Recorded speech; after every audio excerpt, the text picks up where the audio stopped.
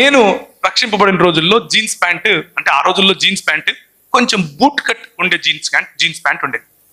నేను boot cut వేయను అని చెప్పాను. ఎందుకు అని అంటే అది ఫ్యాషన్ అన్న. నేను దేవుని బిడ్డ హై, నేను వెయ్యను హై. పాత రకమైన బట్టలు వేసుకొని పోవాలి. ఎందుకు? బుద్ధిమంతుడు పాస్టర్ కా బచ్చా హై. అవునా కదా? Pressure, peer pressure. ఎంత ప్రెషర్ అంటే religion brings you, religion throws you into pressure. అందుకనే చాలా మంది యవనస్తులు యేసు ప్రభు దగ్గరికి రావాలంటే రారు. ఎందుకు రారు అని అంటే ప్రపంచంలో నిన్న ఒక శనివారము ఒక కమ్యూనిస్ట్ ఆయన, ఒక ఆర్ఎస్ఎస్ అంటే ఎక్స్ఆర్ఎస్ఎస్, ఇంకొక అంబేద్కరిస్ట్, ఈ ముగ్గురిని కూర్చోబెట్టి నేను ఒక చర్చ కండక్ట్ చేశాను రక్షణ టీవీలో. డిబేట్ లాంటి చర్చ. ఆ చర్చలో ఈ ఆర్ఎస్ఎస్ ఆయన అంటున్నాడు, యేసు ప్రభు అంటే ఎవరికి ఇబ్బంది ఉంటుందండి? ప్రపంచంలో అందరూ యేసు ప్రభుని నమ్ముతారు, అందరూ యేసు ప్రభు అంటే ఇష్టమే, కాకపోతే క్రైస్తవులు చూస్తేనే చిరాకు అంటున్నాడు.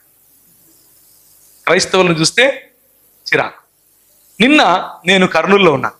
నిన్న రాత్రి 11 గంటలకు డ్రైవ్ చేసుకుంటూ నేను ఒక్కనే, నేనే డ్రైవరు, నేనే క్లీనరు, నేనే వాషరు. హైదరాబాద్కు వచ్చే వరకు 2 అయింది. కానీ ఎందుకు అంటే అక్కడున్న పాస్టర్ గారి పిల్లలు నాకు ఈ మాట చెప్తున్నారు, అన్న అంత బాగుందన్న, కానీ మా సంఘంలోకి రావాలంటే ఇది ఒక పెద్ద పరిసయ్యుల గుంపన్న అంటున్నారు. ఏం గుంపు? ఎందుకు అని అంటే బయట తెల్ల కనిపిస్తారన్నా, లోపల మాత్రం కుళ్ళన్నా,